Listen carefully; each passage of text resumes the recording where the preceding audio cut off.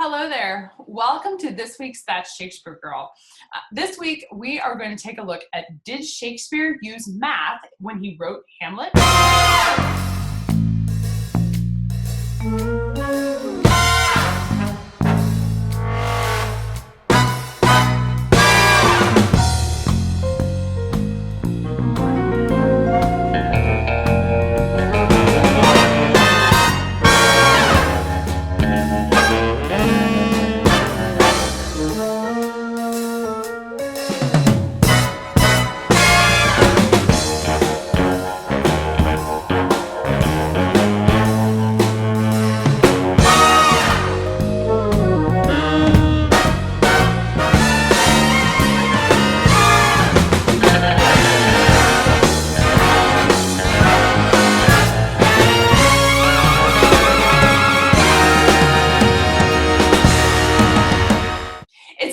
Question, because for most of us, when we go through Hamlet in high school and we're introduced to Shakespeare for the first time, nobody really looks at the context in which Shakespeare was writing. But the time period between 1564 and 1616 of Shakespeare's life was a huge focus on mathematics and astronomy and numerology and the significance of numbers and mathematics as it applied to quantifying and describing human behavior. So it made a ton of sense that Shakespeare would actually draw from popular writings of the day in mathematics and astronomy. And today we're going to take a look at that very idea. Now, first of all, I want to point out something interesting about Galileo. Galileo was born the same year as Shakespeare in 1564. Now, Galileo outlived Shakespeare by almost 30 years, which is very, very impressive and suggests to me that maybe Shakespeare died young, but I haven't looked into that yet. But Galileo was the same age as Shakespeare, and in 1609 was when Galileo first started writing his papers on the Copernican theory of the universe. Now, Aristotle was the reigning theory of the day, and the Catholic Church had adopted Aristotle's view on the universe, and that was that the Earth was the center of the universe. Well, in 1609, Galileo built his telescope and started exploring the stars. And he determined that he agreed with Copernicus that maybe the sun was the center of the universe. And he started writing studies in mathematics and philosophy and geometry specifically that suggested that Copernicus was right. Now, the Catholic Church got very, very mad about this, and famously, Galileo was condemned for this after Shakespeare's death. So Shakespeare was not around for Galileo to be condemned, but he was around for the publication of several of Galileo's papers that would have suggested Copernicus might be right. Now, the Copernican theory was all the rage in terms of being widely discussed at this time period, and so Shakespeare would have heard of this, if not from Galileo's papers themselves, certainly from somewhere else. Johann Kepler was another famous astronomer and mathematician that was writing and studying around this time, and he published his paper in 1609 as well, called the Astronomia Nova, which was more about his theories on planetary motion, but it ties in with the Copernican theory because obviously how planets move plays a role in whether you think the Earth or the sun is the center of the universe. Now, the reason this is cool when looking at Shakespeare and at Hamlet in particular is because Hamlet has tons of references to math. And I'm going to pull up an article here by Michael Rowan Robinson from the Imperial College at London. And it's amazing. And I will link to this in the membership area so you guys can read his article because it's well worth the read. But he points out that when William Shakespeare was writing, Copernican theory was huge. And the Copernicus's paper, I don't know if it's actually called a book or a paper, because I don't think Copernicus published a book on this topic, but he wrote it and it got published. And we can look into what being published in 16th century England means. But in 1543, Copernicus' paper was published and distributed. Shakespeare already has a reputation, and it's well researched that Shakespeare was well read. He based a lot of his later plays on Plutarch's Lives.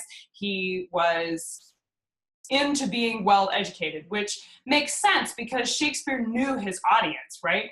And he knew that Elizabeth valued education very highly. This is a woman who herself translated Plutarch just because she wanted to. And so she valued education very highly, and it was Shakespeare's job to please his patron. And so he knew what she wanted to see, and that she was very highly educated, and that his plays would have to also be very highly educated. John Dee was a mathematician in Elizabeth's circle, and he built one of the largest libraries in Europe, and in 1570 published Mathematical Preface to Euclid, which if you study geometry at all, you know Euclid is a huge geometry guy. When our students who go through high school math study geometry, that's what you're studying is Euclidean geometry. And so he was writing about the survey of mathematics and its applications as a part of Elizabeth's court. And so the idea of astrology and alchemy were huge topics of the day and around the time. And if you look at Shakespeare's plays, they are rife with references to alchemy and astronomy and stars and comets. There's 128 references to stars in Shakespeare's works alone. And then he goes on, the paper quotes several of them that I'm not going to quote for you right now. What I do want to point out, and don't worry, I'll put a link to his article so you can read all 128 if you want over in the membership area. But specifically addressing the idea of Shakespeare using math to write Hamlet, we're going to take a look at some of the things in Hamlet that suggest Shakespeare knew and studied math when he wrote this play.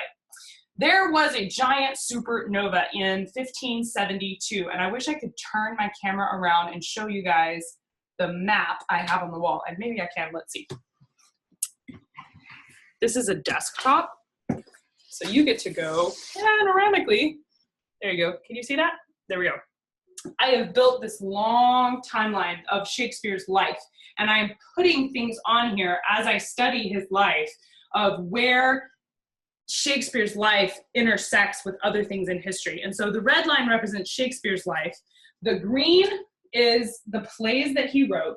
And then in pen down here on the bottom, I am sort of taking a cross section of, well, Shakespeare was doing the things on the top, the rest of the world was doing the things on the bottom. And so I've got Galileo being born, Johann Kepler was born here, and right here is the supernova that I was telling you about in 1572. In 1572, a constellation called Cassiopeia had a star in it that went supernova. Shakespeare was about 8 years old, but it was visible all over England, and it was highly talked about and highly written about. It was this once-in-a-lifetime experience that you remember forever and ever and ever because you were there when you were a kid especially. And so there's lots of research being done into the fact that Shakespeare probably used this experience in his plays, including Hamlet. Specifically, a group of researchers at Southwest Texas State University got together and they studied, they're astrologists and they study astronomers, I'm sorry, I may have said that wrong. Anyway, they studied this and they looked at the exact timing of the speech at the beginning of Act 1, Scene 1 of Hamlet, and they've concluded that they think the star he was talking about was the supernova. You know, everybody in England was really freaked out by this. The heavens and the stars are supposed to be this constant in everyone's life, and now all of a sudden there's this supernova where the star is exploding, and all of a sudden something that is supposed to be unchangeable is itself changing. It created a climate of great uneasiness philosophically and culturally among people in England of that time. And obviously the theme of uneasiness is a recurring theme in Hamlet itself. The supernova was studied extensively by a man named Tycho Brahe, and I may be butchering the pronunciation of his name, but I will spell it for you in the show notes and you can look him up too. But he studied this so much that the supernova actually came to be called among astronomers Tycho's supernova, because he was just all into it. And there was a famous portrait of him done in 1590 where it's him standing there and he's got all of his family crests all around him. Two of the names on the family crests of this man was Rosencrantz and Guildenstern. Now, I don't know about y'all, but I'm thinking that's just a little too similar to Rosencrantz and Guildenstern to be an accident. And Shakespeare made a point of staying up on common writings of the day, of common ideas coming through court, and this would have been one that he was definitely in on. In Act 1, Scene 1 of Hamlet, Horatio says, "A little ere the mightiest Julius fell, the graves stood tenantless, and sheeted dead did squeak and gibber in the Roman streets. As stars with trains of fire and dews of blood, disasters in the sun."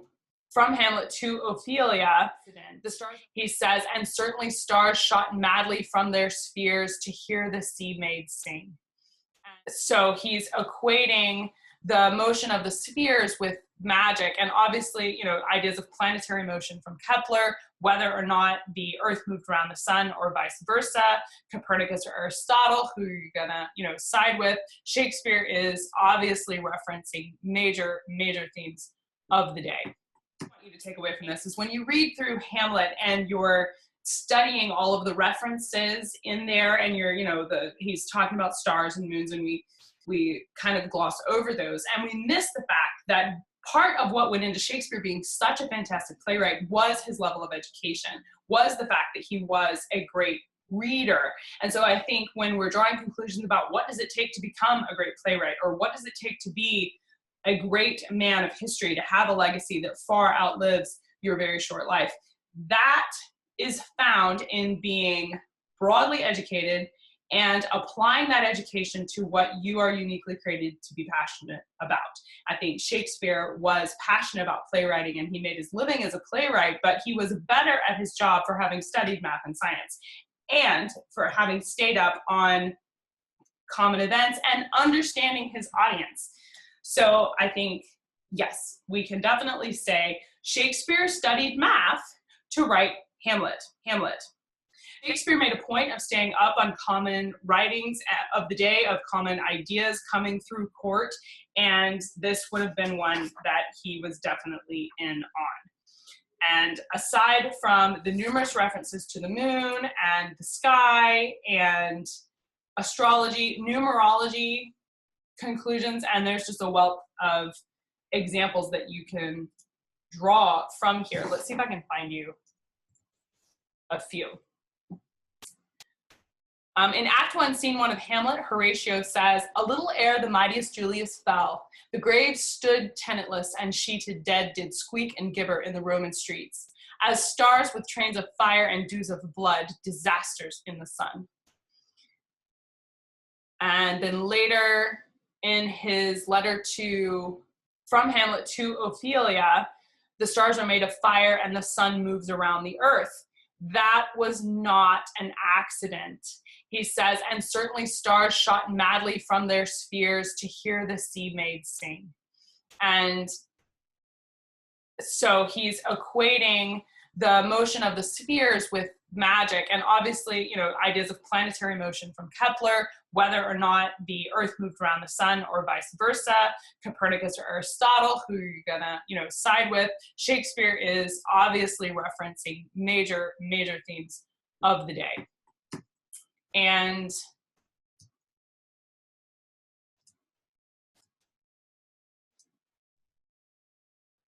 anyway, no, this paper is fascinating, and I'll link you guys to it. But basically, it's the idea that, when we read through, what I want you to take away from this is when you read through Hamlet and you're studying all of the references in there, and he's talking about stars and moons, and we kind of gloss over those, and we miss the fact that part of what went into Shakespeare being such a fantastic playwright was his level of education, was the fact that he was a great reader. And so I think when we're drawing conclusions about what does it take to become a great playwright, or what does it take to be a great man of history, to have a legacy that far outlives your very short life, that is found in being broadly educated and applying that education to what you are uniquely created to be passionate about.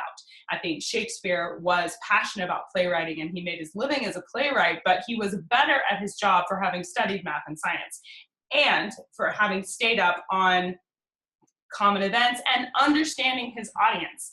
So I think, yes, we can definitely say Shakespeare studied math to write Hamlet. Thank you so much for joining me this week at That Shakespeare Girl and discussing this enormous topic. There's a ton that we could say or go into, and I would love to discuss it with you. If you want to go more in depth in this topic and talk more about the references to stars, moons, astronomy, and math in the works of Shakespeare, please consider joining us over in the membership area of that Shakespeare Girl. And then, as always, please give me a thumbs up and subscribe to this channel so that you don't miss next week's Did Shakespeare episode here at That Shakespeare Girl. Thank you so much for being a part of this, and I'll see you guys next week. Bye-bye.